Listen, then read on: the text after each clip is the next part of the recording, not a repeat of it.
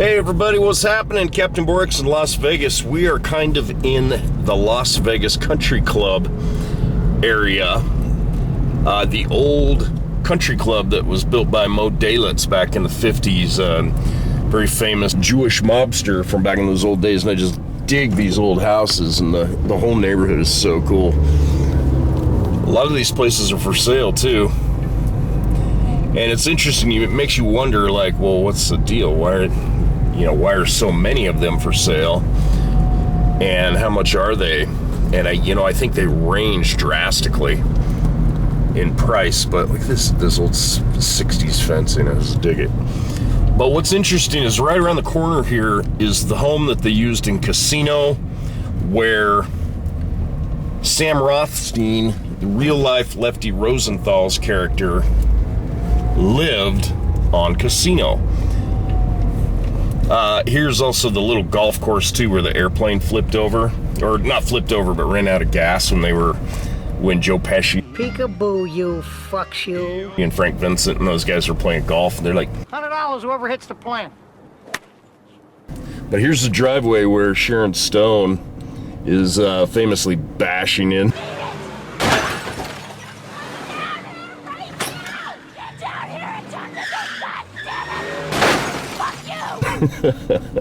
Anyways, according to Frank Cullotta, these people are really nice, so I don't feel too bad about filming, but Sharon Stone, meaning Jerry, Lefty's wife, goes to their home, and she's going to leave Lefty. But leaving Lefty, getting rid of him, she's going to take some of his money. But she don't have the key for the safety deposit box. So she's screaming at him. He won't let her in the house. And neighbors call the police, and the cops show up. She's screaming and hollering. From what I understand, she had a pistol. She vanishes the gun, and she's showing her, flashing it. And the cops are telling her, put the gun down. Put the gun down, Jerry. Who? She tells Lefty, you better let me in the house, because the little guy and I are having an affair. Oh. Different words. I'm using the little nicer words. Right. Lefty said, what do you mean, you're going to bed with Tony? She's, that's right, and if you don't let me in the house, he's going to kill you. Lefty had one of them phones. He had a phone on a long extension. You know them long extensions? Yeah. The curly wire. Uh-huh. So he calls Tony's house. He speaks to Nancy, Tony's wife. And he asks her where Tony is. She says, you sound excited, Frank. What's the matter? He says, Nancy, you know that your husband was going to bed with my wife? Well, Nancy goes in a rage. Oh, shit. She hangs up the phone, and she proceeds to come to the house in the country club. When she pulls up, she jumps out the car. I think she tackles Jerry. Jerry was 5'9", Nancy's 4'11". She brings her to the ground. I guess the gun falls out of her hand. Nancy gets up, Jerry gets up. Jerry runs in the house. Lefty's walking towards the cops, and so is Nancy. She gets the key for the box, grabs a few items of clothes, rushes out of the house. Jumps in the car, drives 2 blocks to the bank. Their bank was on DA. She goes in the bank by herself, takes $250,000 in cash, because that's all she could fit. Because she took a $65,000 coin collection too. Now this is when I first find out about when they're going to bed, her and Tony. I didn't know about it until this day. That day, I should say. I'm standing in the restroom, the upper crust, and I'm talking to my wife. She's sitting by the window, I'm talking to her, I'm looking out the window as I'm talking. I see the Eldorado pull in. She was driving an Eldorado that day. She pulls in front, and I go, what the hell is she? And I look again, I says, it's Lefty's old lady. I tell my wife. She never met her. Actually, I never did either. I just knew who she was. Okay. So she gets out of the car, she comes walking in the restaurant, she said, the little guy, this is where she referred to Tony, told me that if there ever was a problem, that I would be able to you would be able to get him for me. Wow. I knew where he was, so I said, sit down, have a seat, give me the keys to your car. So I get on the phone. Tony's right next door in that lounge. I tell him who's there. He's keeping her for about 15, 20 minutes. Don't forget to move her car. You know, I tell this story differently all the time, but it was common sense to me to move her car anyway. So I got the keys, so I tell Ernie Davino, one of my partners, go move her car. And then come back with the keys, of course, Yeah. So he goes and he comes back with the keys. So now the time has passed. So I don't hand her the keys. I said, come on. He's next door. So she gets up and we go next door to the tavern. There were booths in there, not a lot of them, but a big bar. So Tony and I sit in the booth, and she's fucking screaming and carrying out like a nut about them having sex. And I'm going, what the hell has this guy done? Wow. What has he done? He should know better. So I say, excuse me. I say, I got to go next door. So I go next door, and my wife said, what's going on in there? I hear him screaming. Words to that effect. And I say, that's a personal problem. I said, but you remember I always told you, if you ever have a bad day and you and I get in an argument, don't ever cry on Tony's shoulder, because I guarantee he'll screw you. Right. I'd never let that happen. I've seen a lot of women say that. And he nails every one of them. Well, how many has he won? I know 2 for sure. Now this is the 3rd one.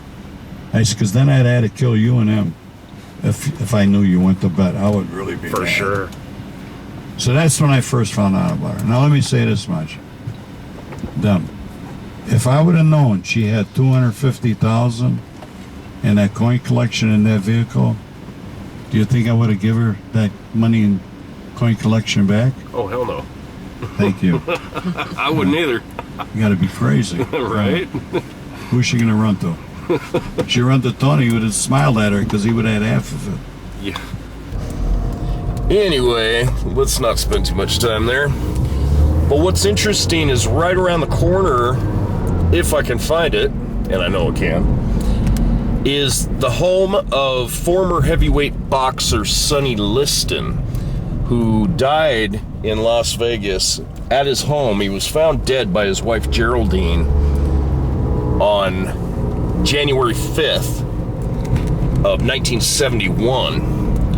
And there's a lot of weird, conspiracy stuff going on with, how he died, because, Sonny had some pretty shady history.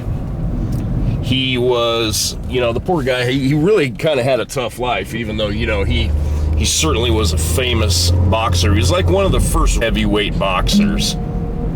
And he actually, wow, look at this.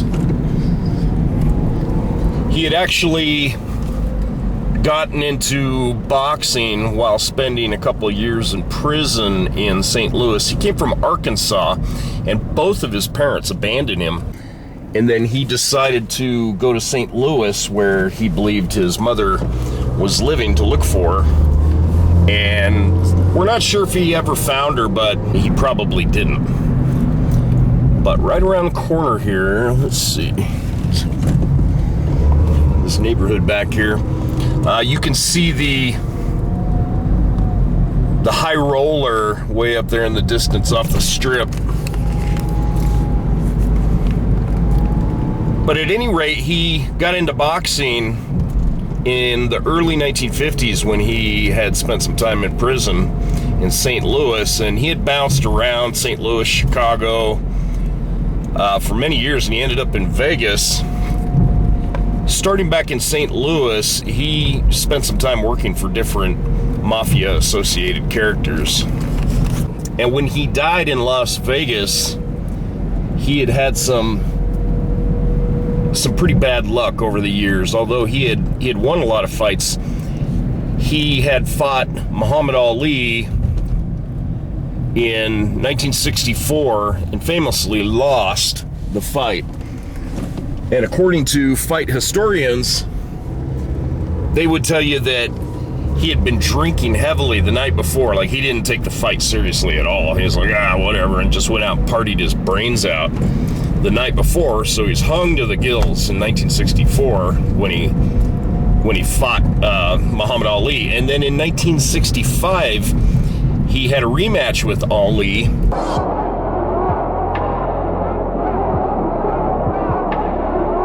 In a moment, as Liston reaches with a left lead, Clay will counter with a right over the left and drop the challenger.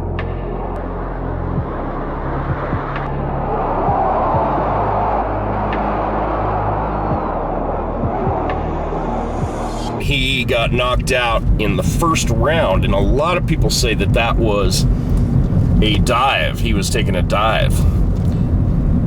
So by 1971, he was about 38 years old. We don't really know because he didn't even know his own birthday. Between 38 and 42 years old.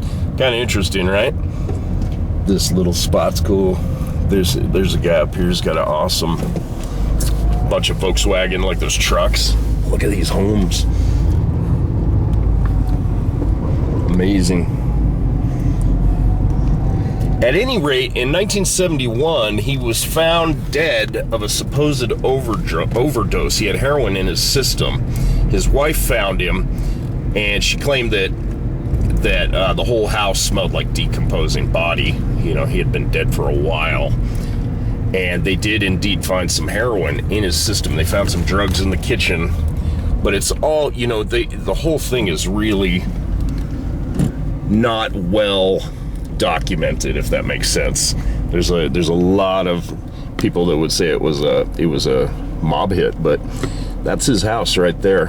When the paramedics took him out of the house, apparently they dropped him twice on the gurney because he was such a huge guy, you know. It's totally crazy. But that was Sonny Liston's house. And interestingly enough, Debbie Reynolds is listed as being one of the former owners of this house, if you can believe that. Pretty interesting. But I love these old neighborhoods. Oh yeah, gotta love some pastel fence. I must play this golf course. Absolute must. Looks so nice. I've been down here playing golf a few times, but I've never played at this particular one. But this is it. This is Sonny Liston's house.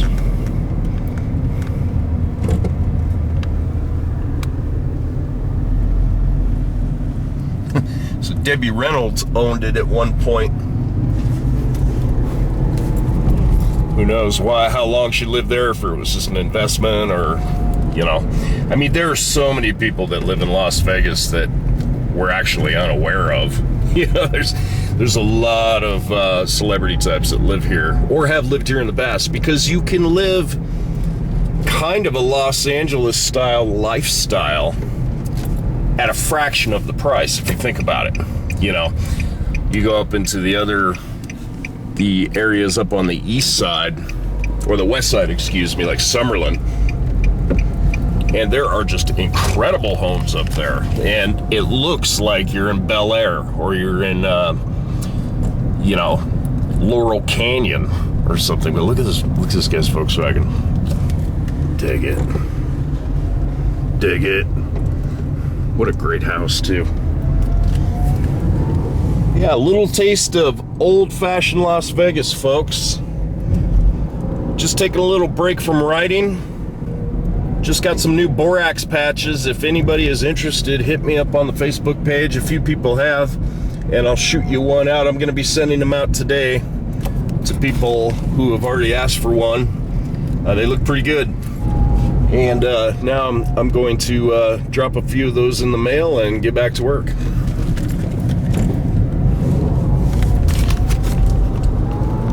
Anyway, Captain Borax from Las Vegas.